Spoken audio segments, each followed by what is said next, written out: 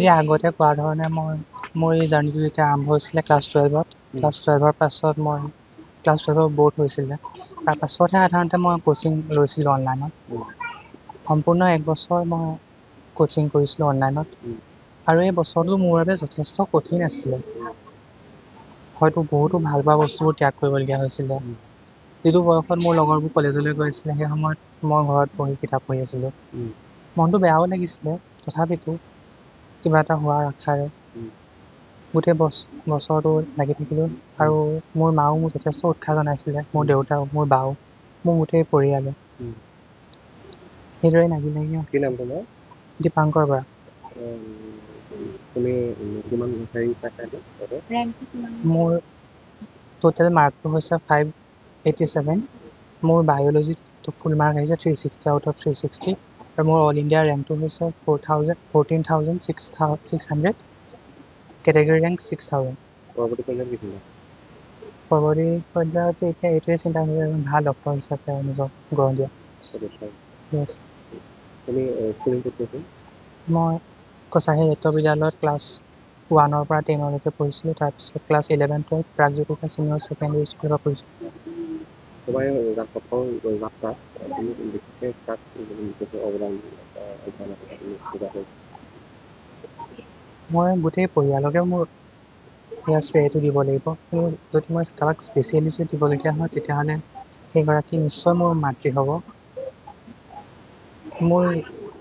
যেতিয়াই মোৰ অলপ মনত চিন্তা এটা হৈছিলে যে মই পাম নে নাপাম, সেই সময়তে মই কাকো ওচৰত পোৱা নাছিলোঁ, কেৱল মোৰ মাতৃক পাইছিলোঁ।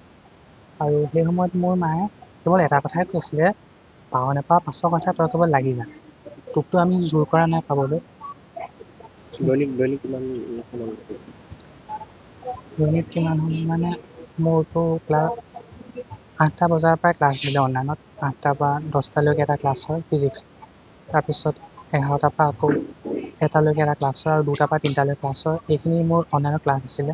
তাৰ উপৰিও ৰাতি যিমানখন সময় পাওঁ, সেইখন সময়ত মই ৰিভিজন কৰিছিলোঁ, কুৱেশ্যন প্ৰেক্টিছ কৰিছিলোঁ।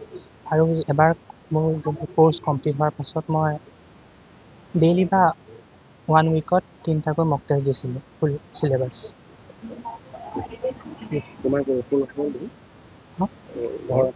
মোৰ ঘৰ বৰফুকন্থাত গাঁও। সেই জেগা উজ্জ্বল হৈ তাত পূৰণ হওক আৰু দুখ হ'ব বিচাৰিছে এতিয়া ৰাইজেও সহযোগিতালৈকে পূৰণ হওক আৰু সাহস দিয়ক ৰাইজে, সেইটোৱে কামনা কৰিছোঁ। ল'ৰাৰ কাৰণে কিমান কষ্ট কৰে?